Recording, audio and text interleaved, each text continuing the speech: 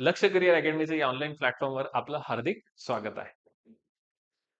विद्यार्थी मित्रांनो, आता जर बघितलं तर या ठिकाणी आपल्याला जो फोकस टॉपिक आहे इंडियन पॉलिटिक्सचा कमी ग्रुप बी आणि ग्रुप सी मध्ये 15 पैकी 13 मार्क्स कसे मिळू शकतात?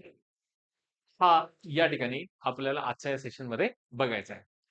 तर आहे सेशन तो या ठिकाणी शिकूया प्रशासन. मी आहे मिर्झा सर आणि याच्यामध्ये आज आपल्याला या टॉपिकशी संबंधित मुद्दे डिस्कस करायचे आहेत. पहिला मुद्दा विद्यार्थी मित्रांनो का लक्ष्मीकांत वाचणे परिपूर्ण आहेत का? We are focusing of Indian polity for the post of group B आणि ग्रुप सी. तो ग्रुप बी आणि ग्रुप सी मध्ये सर्वात महत्वाचा जो कन्सेप्ट आहे ही जी पुस्तक आहे सफिशियंट आहे. ओके, याच्या बाहेर हा क्वेश्चन जात नाही. याच्यामध्ये फक्त एक गोष्ट करायची का ऍड ऑन व्हॅल्यू करायची म्हणजे करंट अफेअर्स याच्यामध्ये ऍड करायचे. जर तुम्ही विषय वाचला आणि त्याला विषय त्या ठिकाणी करंट अफेअर्सची जोड दिली तर या विषयाचा परिपक्वपणा 100% येऊन जातो. ठीक आहे. तर विद्यार्थी मित्रांनो पहिला मुद्दा कवी आपल्याला या ठिकाणी संदर्भ काही बघायचा आहे. आजचा आपला जो मुद्दा आहे तो आहे या ठिकाणी कमी पैकीच्या पैकी मार्क्स कसं मिळू शकतो 15 पैकी ऍटलिस्ट 13 मार्क्स आपण कसं मिळू शकतो हे आजच्या सेशन मध्ये बघणार आहोत. याच्यासाठी आपण कंबाईन एक्झामिनेशन संबंधित 23 चा पेपर आहे, 24 चा पेपर आहे, 24 आणि 25 चे पेपर हे आपण पेपरांचा अनालिसिस करू. ओके, आणि त्याच्यामध्ये इंडियन पॉलिटीवर काय क्वेश्चन आले त्याची स्ट्रॅटेजी आज आपण डिस्कस करणार आहोत. ठीक आहे, चला बघून घेऊया. तर विद्यार्थी मित्रांनो पहिला म्हणजे फर्स्ट पॉइंट अभ्यासाची स्ट्रॅटेजी कशी असायला पाहिजे. जर अभ्यासाच्या स्ट्रॅटेजी मध्ये डिस्कस केलं तर या ठिकाणी स्ट्रॅटेजी हा जो शब्द आहे तो मुद्दा यासाठी आहे का आपल्याला व्हायचं काय आहे. We are focusing for the post of class 2. आपल्याला पीएसआय व्हायचं आहे, आपल्याला एसटीआय व्हायचं आहे, ठीक आहे, किंवा वर्ग 3च्या संबंधित जे एक्झामिनेशन आहे त्याला तुम्हाला फोकस करायचं आहे. तर एक गोष्ट लक्षात घ्या, पहिला विषय महत्वाचा की या ठिकाणी आपल्याला पेपरामध्ये कंबाईनच्या पेपरामध्ये या ठिकाणी दोन सब्जेक्टला सर्वात जास्त फोकस करायचं. जसं एक्झाम्पल घ्या पॉलिटी आणि त्या ठिकाणी मॅथ्स. समजा तुम्हाला पॉलिटीमध्ये 13 पडले, मॅथ्स मध्ये 12 पडले. ओके, लक्षात घ्या मी स्ट्रॅटेजी डिस्कस करतोय आणि तुम्ही हमखासपणे या ठिकाणी पोस्ट काढू शकता.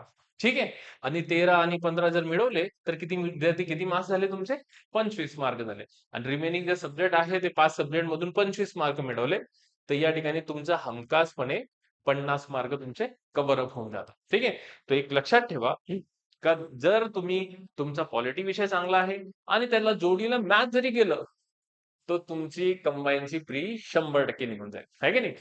हा लक्षात ठेवा का पॉलिटीला फोकस करायचं आहे कारण पॉलिटी इझी आहे. पॉलिटीचे मुद्दे जास्त भरकटत नाही. आयोगाचा विशिष्ट पेपर पॅटर्नमध्ये जो क्वेश्चन विचारलेले असतात तेच क्वेश्चन वारंवार रिपीट होतात. थोडंसं अँगल चेंज केला जातो, पेपरचा पॅटर्न बदलला जातो. ओके, म्हणून या ठिकाणी पॉलिटी कव्हर करायचं आणि माझ्यासोबत तुम्ही शिकणार आहात इंडियन पॉलिटी. ठीक आहे, तर विद्यार्थी मित्रांनो बघा काय बोललो मी तुम्हाला का पॉलिटी आणि मॅथ्स हे दोन स्ट्रॉंग विषय करून घ्यायचे आणि बाकीचं रिमेनिंग सब्जेक्ट आहे त्याच्यामध्ये किमान 5-5 मार्क्स जरी घेतले तरी इझी वे मध्ये तुम्ही काय करू शकता, तुम्ही कंबाईनचे ग्रुप बी आणि ग्रुप सी क्रॅक करू शकता. ठीक आहे, तर चला मग रिमेनिंग मग याच्यामध्ये किती अटेम्प्ट करायचे, how to solve the MCQs याच्यासाठी आपण एक वेगळं सेशन घेणार आहोत. ओके, तर आपले सेशन आता या ठिकाणी स्टार्ट होत आहे. ठीक आहे, तो मुद्दा बऱ्यापैकी तुम्हाला लक्षात आला असेल. चला नेक्स्ट पॉइंट या ठिकाणी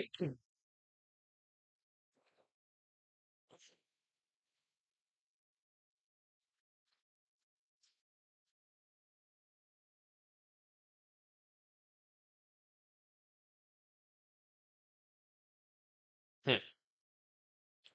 तर विद्यार्थी मित्रांनो याच्यामध्ये जो आपल्याला बघायचं का विचारलेल्या आयोगाच्या प्रश्नांची संख्या याच्यामध्ये तुम्हाला लक्ष करिअर अकॅडमीच्या अँगलने आणि मी मिर्झा सर तुम्हाला या ठिकाणी विचारलेल्या प्रश्नाचा पॅटर्न बघून घेऊ की पॉलिटी मध्ये नेमकं काय करायचं आहे तुम्हाला.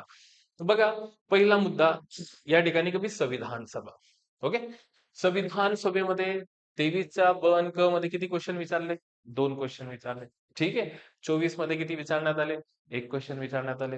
आणि त्याच्यासोबत पूर्व परीक्षा 24 मध्ये 1 क्वेश्चन आणि 25 मध्ये परत या ठिकाणी 1 क्वेश्चन आहे. म्हणजे एक गोष्ट लक्षात ठेवा कमी नॉर्मली ऑन अन ऍव्हरेज आपण बघितलं कॉन्स्टिट्यूशन कमिटीवर 1 क्वेश्चन कंपल्सरी पडतोय. तो म्हणजे तुमचा 1 मार्क्स या ठिकाणी फिक्स होऊन जातो.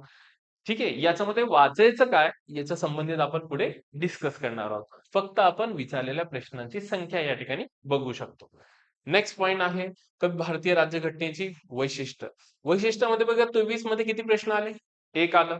24 मध्ये परत किती क्वेश्चन आले? तर 2 क्वेश्चन आले.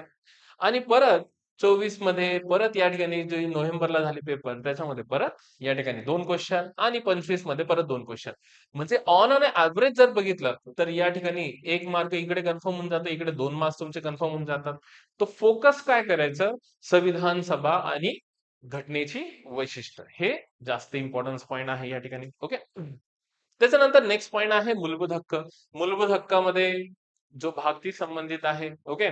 आज प्रत्येक व्यक्तीला भारताच्या प्रत्येक नागरिकाला भारतीय राज्यघटना हक्क प्रदान करते, परकीयांना पण देते.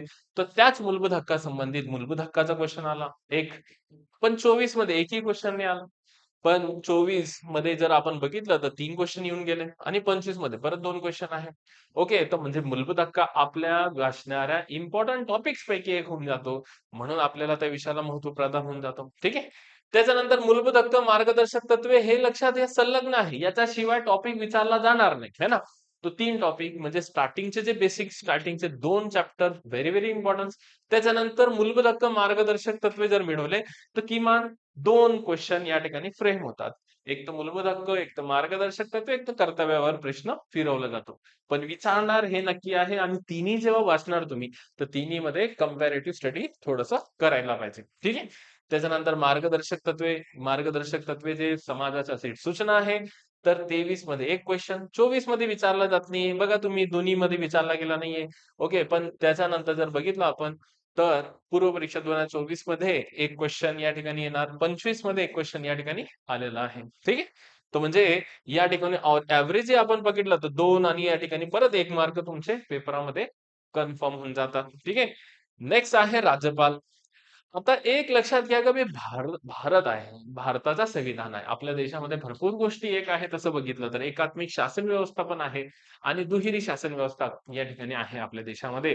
तर या ठिकाणी आपण बघितलं तर we are focusing on group B आणि ग्रुप सी. तर सर्वात जास्त फोकस जो असेल तो क्लास 2 च्या संबंधित तो असेल स्टेट गव्हर्नमेंट संबंधित. आणि स्टेट गव्हर्नमेंट मध्ये काय येतोय पद? राज्यपाल आहे, राज्य विधिमंडळ आहे. तर कोणता पॉइंट या ठिकाणी फोकस करायचा आहे ते सुद्धा या ठिकाणी संदर्भ तुम्ही बघू शकता. तर या ठिकाणी तुम्ही बघा 23च्या पेपरामध्ये एक आहे, 24 मध्ये परत या ठिकाणी 3 क्वेश्चन विचारले. ठीक आहे. राज्यपालवर एक क्वेश्चन विचारला. 23 मध्ये एक पण क्वेश्चन नव्हता. तो हा एक क्वेश्चन या ठिकाणी ग्लॉस होऊन जातो. ओके. परत 24 मध्ये राज्यपालवर क्वेश्चन नाहीये. पण लगेच तुम्ही बघा राज्य विधिमंडळावर एक क्वेश्चन येऊन गेला. ठीक आहे. तो एक गोष्ट लक्षात घ्या की म्हणजे पेपर असं का होतंय? ओके. कभी नेमकं तर या ठिकाणी आयोग आहे ना करंट अफेअर्सशी हा टॉपिक डील करतो. कभी स्टेटमध्ये गव्हर्नरचा पद किती महत्वाचं आहे? विधिमंडळचं महत्वाचं आहे का? तर महत्वाचं तर आहे, पण त्याला रिलेटेड करंट अफेअर्स आहे का? तर या ठिकाणी तुम्ही बघा राज्यपाल 23 मध्ये नाही विचारण्यात आलं, पण 24 मध्ये विचारण्यात आलं. कारण रिलेटेड होता. महाराष्ट्राच्या राज्यपालांचं त्यावेळेस ट्रान्सफर होऊन गेलं होतं म्हणून क्वेश्चन आला. ओके. विधिमंडळ हे पहिल्यापासून कॉमनली क्वेश्चन आहे. म्हणजे कंपल्सरी क्वेश्चन या ठिकाणी विधिमंडळ. तर विधिमंडळचा आणि करंट अफेअर्सचं एवढं काही लिंक नाहीये. पण गव्हर्नर हा जो टॉपिक आहे तो लिंक आहे, इंटरलिंकिंग आहे. जसं मी तुम्हाला बोललो की विषय आणि विषयासोबत करंट अफेअर्स जर दोघांची जर जोड केली आपण तर आपला विषय भक्कम होतो, परिपक्व होतो. ठीक आहे. समजतंय पॉइंट विद्यार्थी मित्रांनो? तर ज्या ठिकाणी तुम्हाला दिसतंय इकडे डॅश, इकडे करंट अफेअर्स आहे, जिकडे डॅश तिकडे करंट अफेअर्स आहे. ओके. नव्हते म्हणजे त्यावेळेस नाही विचारण्यात आलं. तर हे एक गोष्ट लक्षात घ्या. हे पहिले स्टार्टिंगचे 2 पॉइंट कंपल्सरी आहे. विधिमंडळ कंपल्सरी आहे. बाकीचे हे जे 3 टॉपिक मी तुम्हाला बोललो तर it's interlinking with the current affairs हे लक्षात ठेवा. तो या अँगलने तुम्ही तो संदर्भ काय करायचा विद्यार्थी मित्रांनो? पाठ करायचा. ओके. त्याच्यानंतर नेक्स्ट जर आपण बघितलं तर या ठिकाणी बघा महाधिवक्ता परत या ठिकाणी एक क्वेश्चन महाधिवक्तावर एक क्वेश्चन, एक क्वेश्चन, एक क्वेश्चन, एक क्वेश्चन, एक क्वेश्चन कंपल्सरी. म्हणजे याचा हा जो टॉपिक आहे याच्यावर एक कंपल्सरी एक क्वेश्चन पडतोय. ठीक आहे. म्हणजे याचा आणि करंट अफेअर्सची काही लिंक नाहीये. म्हणजे हा टॉपिक फक्त रट्टा मारा 1.5 पेजेसचा विषय आहे. ओके, याच्यामध्ये काय येईल का म्हणजे याची पात्रता, याचे क्वालिफिकेशन्स काय आहे? ठीक आहे. याचा पदोन्नतीच्या संबंधित प्रश्न, यांना वेतन भत्ते मिळतो का? मानधन मिळतो का? हे प्रायव्हेट जॉब करू शकतात का? याच्या संबंधित क्वेश्चन आहे. ओके. न्याय व्यवस्था. आता न्याय व्यवस्था जर बघितलं तर सुप्रीम कोर्ट, हायकोर्ट आणि डिस्ट्रिक्ट कोर्ट आहे. पण स्टेटमध्ये कोणतं? हायकोर्ट आणि डिस्ट्रिक्ट कोर्ट. आपण कशाला फोकस करतोय? आपण फोकस करतो ग्रुप बी आणि सी. तो ग्रुप बी आणि सी फोकस करतोय म्हणून या ठिकाणी आपल्याला न्याय व्यवस्थेच्या या टॉपिक आणि स्टेट गव्हर्नमेंटशी टॉपिक तो डील करावा लागेल. म्हणजे हायकोर्ट, डिस्ट्रिक्ट कोर्ट. तर तुम्ही कंपल्सरी बघू शकता. 1 क्वेशन, 2 क्वेशन, 1 क्वेशन, 1, 2, 1 क्वेशन. तो कंपल्सरी आपण एव्हरेजली येतो त्याने 2 क्वेशन कंपल्सरी करून घ्यायचं. ठीक आहे. तो याला वाचूनच जा. याला हा टॉपिक स्किप करायचा नाही. वाचायचं काय? मी तुम्हाला शिकवेल. डोंट वरी. पण संदर्भ या ठिकाणी या पद्धतीनुसार तुम्ही लक्षात घेऊ शकता. नेक्स्ट आहे घटना दुरुस्ती. आता घटना दुरुस्ती बघा 23 मध्ये एक विचारली, 24 मध्ये काही लिंक नव्हती कारण काही नवीन अमेंडमेंट आले नव्हते.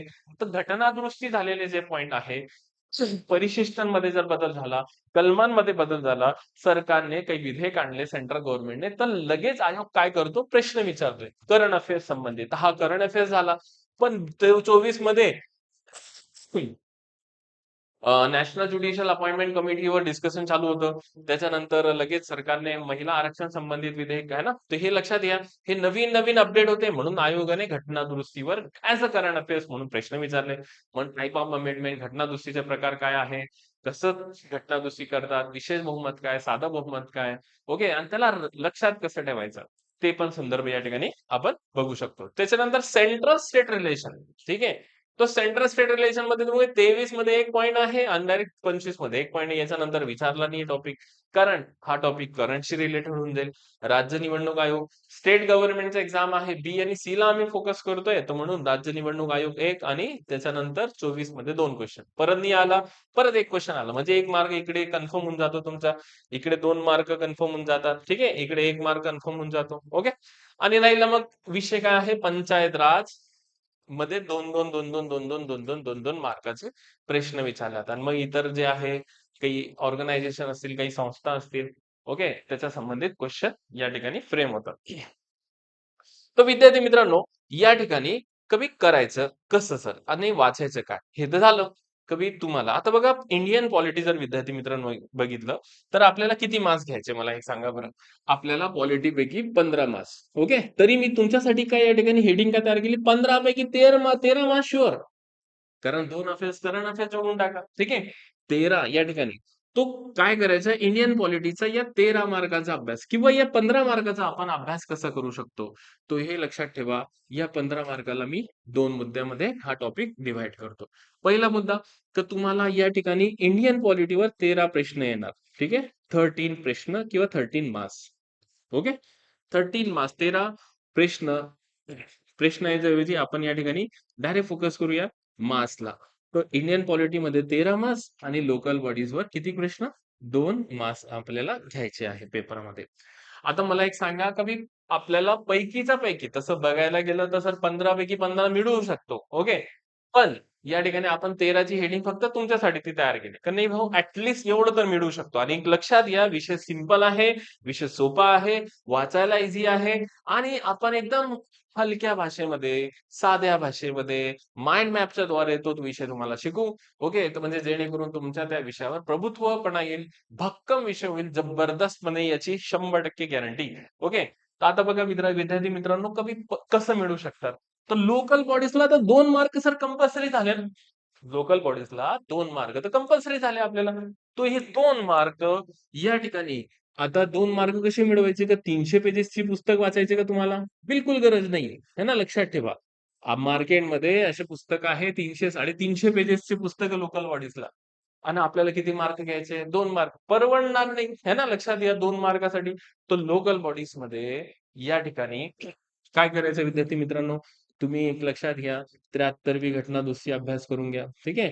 74वी घटना दुरुस्ती अभ्यास करून घ्या. 73 आणि 74वी घटना दुरुस्ती अंतर्गत आलेले कलम्स. या कलमांच्या जोड्या लावा, कलमांचा अभ्यास करा. ओके. हे घटना दुरुस्ती कशा आल्या, काय आल्या याच्यावर अभ्यास येतो. है ना? जसं एक्झाम्पल घ्या.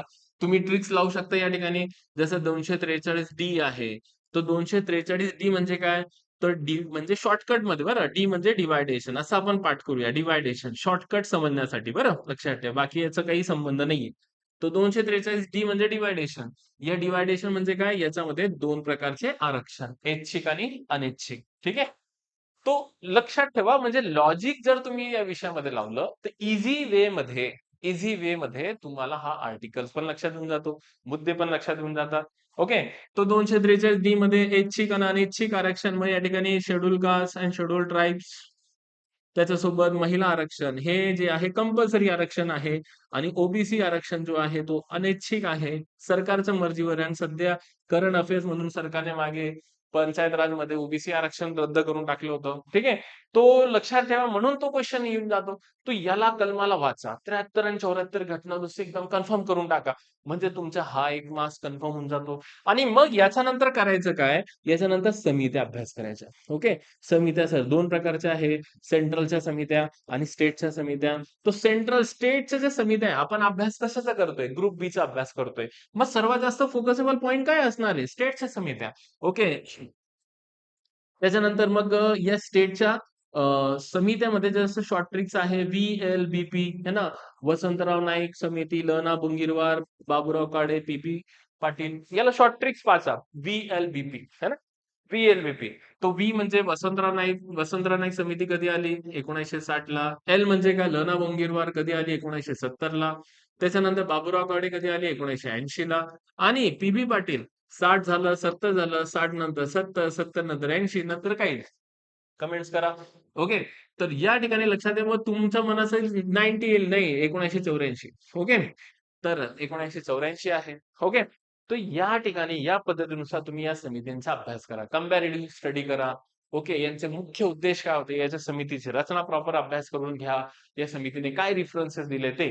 तो बघा, करायचं काय, कलम 73, 74 घटना दुरुस्ती आणि समित्या.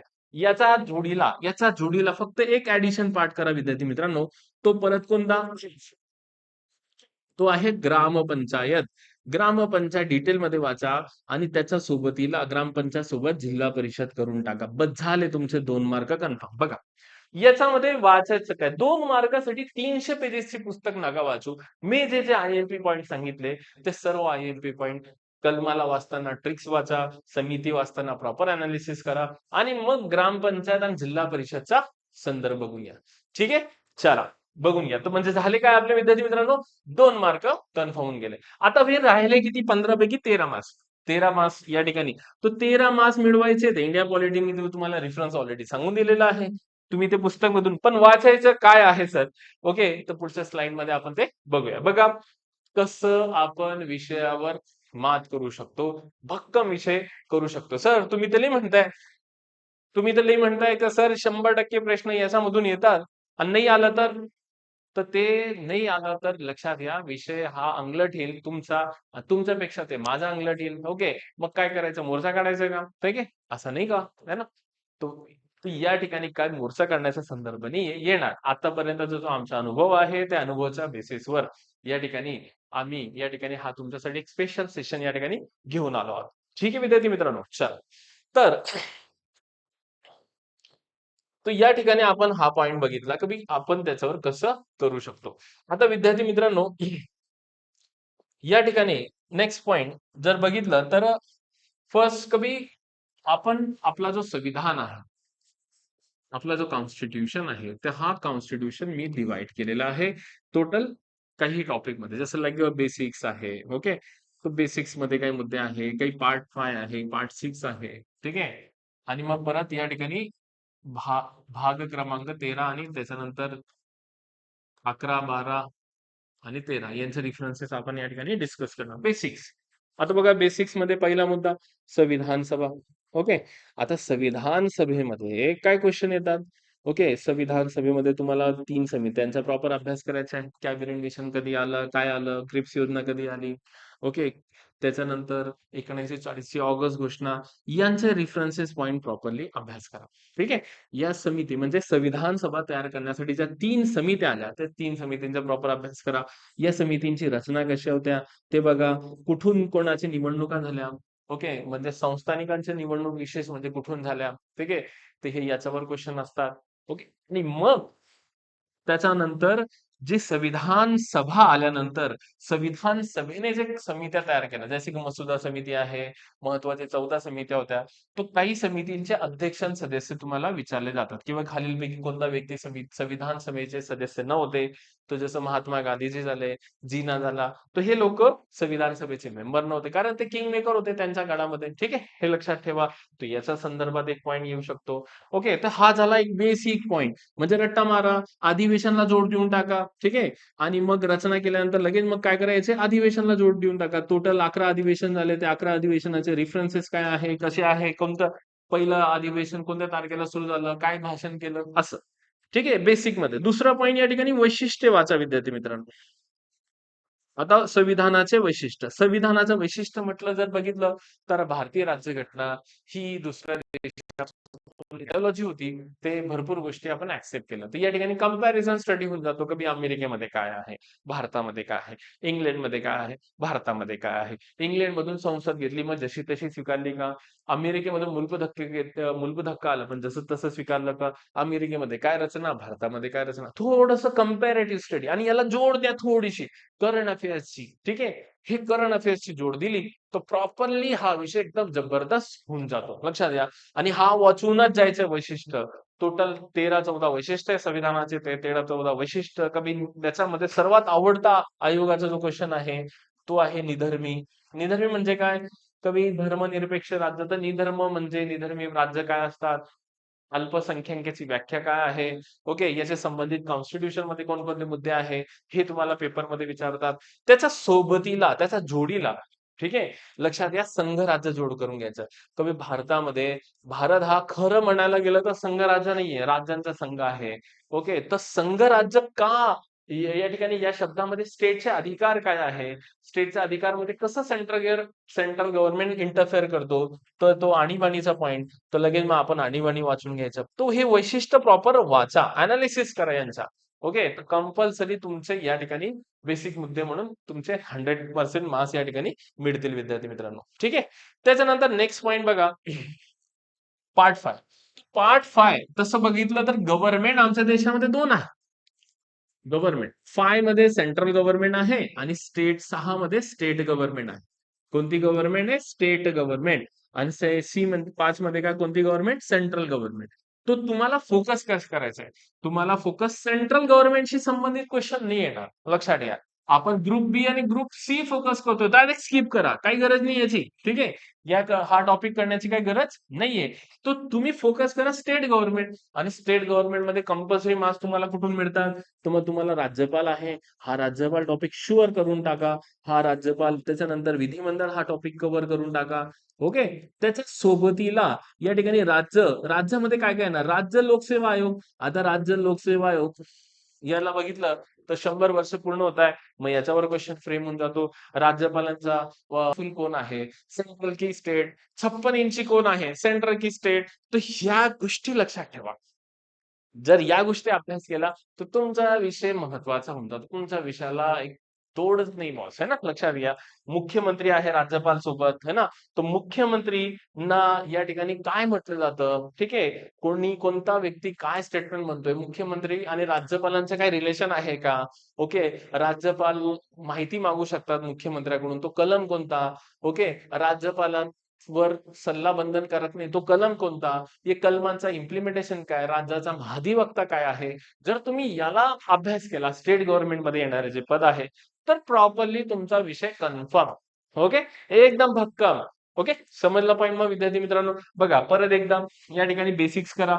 त्याच्यानंतर सेंट्रल गव्हर्नमेंटचे पार्ट कडे जा. तो त्याला डायरेक्ट स्किप केलं तरी चालेल. 6 ला फोकस करा. भाग 11, भाग 12, भाग 13 यांना फोकस करा. परिशिष्टांचा अभ्यास करून घ्या, मर्यादा बघून घ्या, तर तुमचा विषय 100% भक्कम. ठीक आहे, चला. तर बघा, इतकं सिंपल आहे रे, काही याच्यामध्ये एवढा मोठा विषय नाहीये. आता जसं पहिला मुद्दा जर बघितला की भारतीय राज्यघटनेची तयारी कशी झाली. तुम्हाला सुरुवातीच्या टप्प्यामध्ये बोललो तर त्या 3 समितींची रचना, प्रॉपर अभ्यास करा. एक मार्क कन्फर्म, हा रट्टा मारून घ्या, डायरेक्ट पाठ करून घ्या, समजून घ्या एकदा. महत्वाचे कलम आणि ठळक वैशिष्ट्ये, काही संघ राज्याची रचना, धर्मनिरपेक्ष राज्य, संघ राज्य, है ना, या ठिकाणी मी तुम्हाला बोलताना बोललो धर्मनिरपेक्ष काय आहे, याची संकल्पना प्रॉपर अभ्यास करा. मूलभूत हक्क याच्यामध्ये काय आहे आणि दुसरं या ठिकाणी एकात्मिक शासन व्यवस्था. आपला देश काही पार्ट एकात्मिक शासन आहे. तो एकात्मिक शासन काय आहे? दुहेरी शासन व्यवस्था काय आहे? तो यांचा प्रॉपरली तुम्ही अभ्यास करा आणि कोणत्या देशापासून काय आपण ऍक्सेप्ट केलेलं आहे ते पॉइंट या ठिकाणी भेटून जातात तुम्हाला. मूलभूत हक्क आणि मूलभूत कर्तव्य. ओके. तर बघा मूलभूत हक्क भाग 3 मध्ये आहे. ठीक आहे.